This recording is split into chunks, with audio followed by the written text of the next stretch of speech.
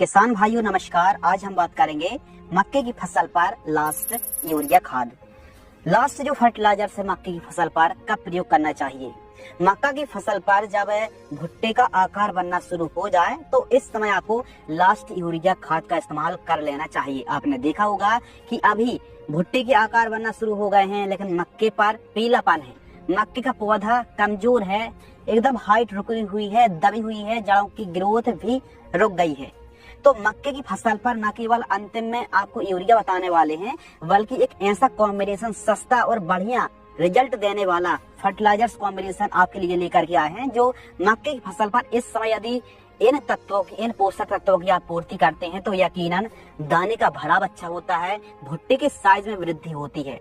तो कुल मिलाकर के यह कॉम्बिनेशन हरियाली में अच्छी ग्रोथ के साथ साथ भुट्टे के आकार को बढ़ाने में और वजन, उत्पादकता, क्वालिटी, उपज को बढ़ाने में यह कॉम्बिनेशन बेहतर काम करने वाला है।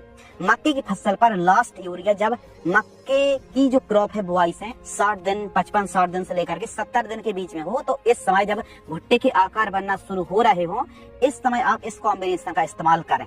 क्या क्या इस्तेमाल करना है? इस समय सबसे अधिक आवश्यकता पड़ती है दोस्तों पोटेशियम की, जो कि दाने के भराव में, क्वालिटी को और जड़ की ग्रोथ के लिए बहुत अच्छा काम करता है। स्पेशल दाना भराव के लिए पोटास में जिम्मेदार होता है। तो इस समय पोटास आपको अवश्य इस्तेमाल करना है। जो 60% वाली MOP पोटास आती है, इसको आपको लेना है 20 किलोग्राम से लेकर के 25 किलोग्राम। यदि आप 25 kg आपको लग रहा है बहुत ज्यादा है, बहुत बड़ा खर्च बता रहे हैं, तो इसका पैदावार में, उत्पादकता में फर्क आने वाला है। कम से कम 3 से 4 क्विंटल का फर्क MOP से आ सकता है यदि आपने सही समय पर पोटेशियम का इस्तेमाल कर लिया। तो थोड़ी सी महंगी जरूर है, लेकिन इसके रिजल्ट भी आपको मक्के पर देखने के लिए मिलने वाले हैं। तो 20 से 25 kg प्रति एकड़ इस्तेमाल करना है। इसके साथ आपको लेना है यूरिया खाद लगभग 30 से 35 kg। अब अधिक हरियाली भी चाहिए, पौधे में अच्छी हरियाली, स्वस्थ ग्रोथ बढ़वा रहेगी तो भुट्टे भी बढ़िया लगने वाले हैं।